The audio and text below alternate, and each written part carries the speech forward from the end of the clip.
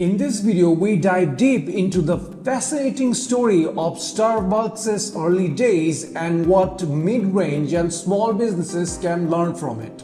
From an humble beginning to redefining how the world experiences coffee is a journey that every entrepreneur must learn something from.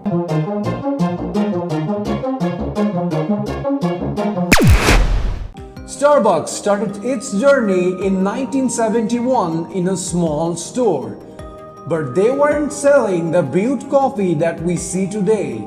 Instead, Starbucks was a place where people could find high-quality coffee beans and equipments which they would later use to make coffee at home. Their main goal was to bring premium coffee and introduce customers to different types of coffee. For the first decade, they operated as a niche business which served a small customer base, but they were very loyal. Their focus was always on product quality, sourcing the best beans, carefully roasting them, and then giving customers a coffee bean that they couldn't find elsewhere. In 1982, a key figure entered the Starbucks story named Howard Schultz.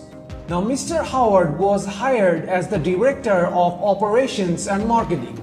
In 1983, his visit to Italy would not only change his career forever, but the face of Starbucks too. During his trip to Italy, Howard noticed something very special. Italian espresso bars were more than a place where you could grab a cup of coffee. They were actually places where people gathered, chatted, and enjoyed the entire coffeehouse experience. This led to the moment where Starbucks would no longer be just a retail selling coffee beans.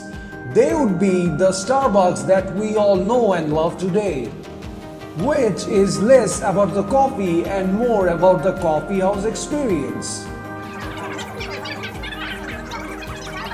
Now, all this could happen because Howard wanted Starbucks to be a third place in people's lives. Not home, not work, but a place where people could relax and have a chat with their loved ones. Starbucks stores were designed with these experiences in mind. The atmosphere became just as important as the coffee was. Soft lighting, comfortable seating, and a soothing music.